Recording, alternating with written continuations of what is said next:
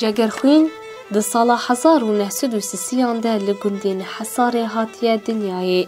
Navê wî ew e Şêx Musê Kurê Hesenê, Kurê Mihemedê, Kurê Mehmûdê, Kurê Elî. 11 bira û xwişkên wî hebûn. Birayên wî Xelîl û xwişka wî Asya ye. Yên din çûne ber dilovaniya Xwedê. Ew hêj di salên zarokatiyê de dest bi kar kiriye.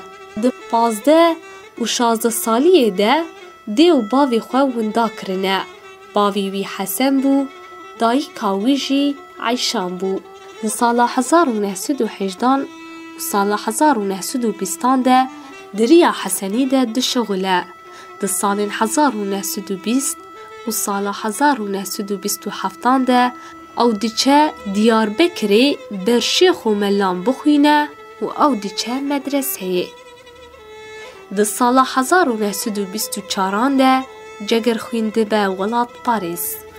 Di sala 1927 de ew vegeriya Tilişehîrê. Bi keça xalê xwe Kehla Selîm re dizewuce, pişt re li Amûdê bi cih dibe. Di sala 1928 de Cegerxwîn dibe seyda û melatiyê dike. Ew bû melayê gundên Hezda Jûrîn. Pişt re melatiyê berdide û diçe du gundan Êlik û Cehennem Rojavayê Kurdistanê ava dike. Di sala 1934 de komeleya ciwana Kurd saz dikin, lêdadgerên Ferensî komele digirin û di sala 1946 de Cegerxwîn dikeve xwîbûnê û lê kar dike. Pişt re navê rêxistinê diguherin û dikin civata azadî û yekîtiya Kurdistanê. Damezrînerê civatê Ehmedê Nazîfe. Cegerxwîn dibe sekretêr wî mala xwe ji gund bir bajarê Qamişlo. Di navbera sala 1948 û sala 1957 de ew dibe komünîst û endamê Partiya Komünîst a Sûriyê. Pişt re di sala 1949 de ew cara pêşîn tê girtin. Di sala 1905 de ew dikeve civata aştîxwazên Sûriyê û bi wan re kar dike. Sala 1954 ew dibe berpijêrê Parlemana Sûriyê. Di sala 1957 de Cegerxwîn ji Partiya Komünîst dûr dikeve û rêxistina azadî saz dike.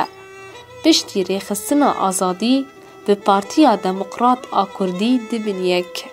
Di salên 1959 ta sala 1962 partî wî dişîne Başûrê Kurdistanê û li Bexdayê di zanîngeha de hînî Kurdî dike. Ew 3 salan li wir dimîne. Di sala 1962 de ew vedigere Rojavayê Kurdistanê. Ew dîsa tê girtin. 1963 ew dîsa tê girtin û dikeve girtîgeha Mezê ya Şamê. Piştî pêleke nedirêj tê berdan û vedigere Qamişlokê. Di sala 1967 de Cegerxwîn bû endamên Komîteya Navendî ya Partiya Demokrat a Kurdên Pêşverû li Sûriyê. Lê pişt re di sala 1969 ta sala 1970 de ew cardin diçe Başûrê Kurdistanê û li şoreşê nêzîkî salekê dimîne. Di navbera sala 1973 û sala 1975 de ew ji ber sîstemekariya hikûmeta Sûriyê diçe Libnanê û li wir dimîne. Li Libnanê dîwana xwe Kîme Ez û ya Salar û Mîdya çap dike. Di sala 1976 ta sala 1979 de ew vedigere Sûriyê û heta sala 1979 li wir dimîne. Dîwana wî yek jî agir û birûzg. Sewra Azadî, Kîme Ez, Ronak, Zend û Avesta, Sefaq, Hêvî, Aşîtî, Salar û Mîdya, شرفنامه منصور ji ziman û ferhengên cegerxwîn, destûra zimanê Kurdî, ferhenga perçê yekem, ferhenga perçê duyem. Di sala 1979 de cegerxwîn diçe welatê Swêdê li bajarê Uppsalayê dijî. Ew di 22 çilêya pêşîn a sala 1984 di Swêdê dimre. Piştre ew li Qamişlokê hate veşartin.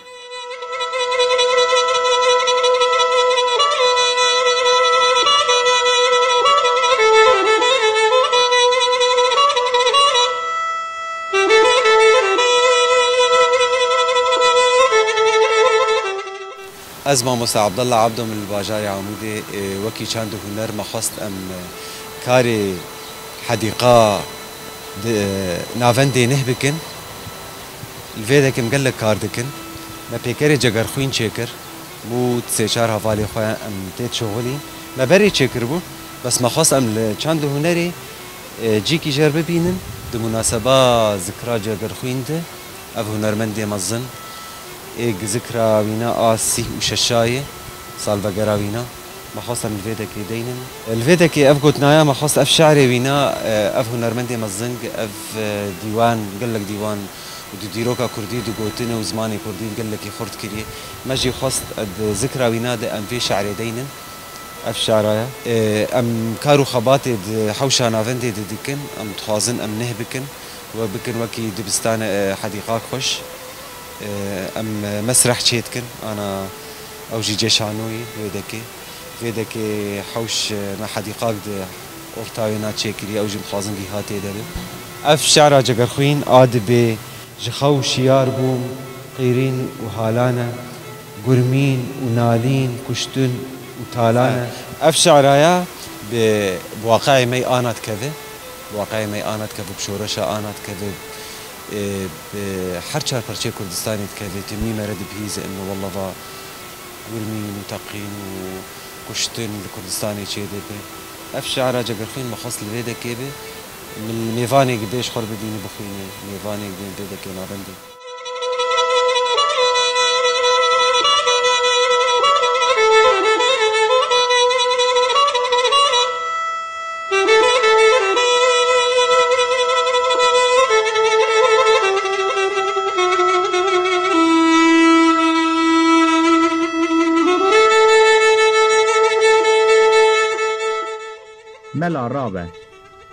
ملا رابه جخو ایرو حتی کنگی مری شوبی به دست دجمن ملت نشرمکو تو کاشوبی تو خوندایه تو زانایه خلام شیخ و آغایه دخوازم کل پیش ملت تو رونی بی وکی روبی 1000 سالان زکات خور بی دجمن را تو رنجبر بی کو به دولت و لشکر بی تو ده هردم دو آغوبی لمزگفتان بگازی بی تو رازی بی نرازی بی تو ده تم جار و تازی بی لنک دجمن تخرپوبی خوده دوست امرو وایه نه دوست هرچو هو وایه بره روژه لآوایه نه بی ایروژی وکتوبی 1000 سالن پریشانی بجان و درد و ایشانی تو ناس ناکی مسلمانی حتی کنگی دو آگوبی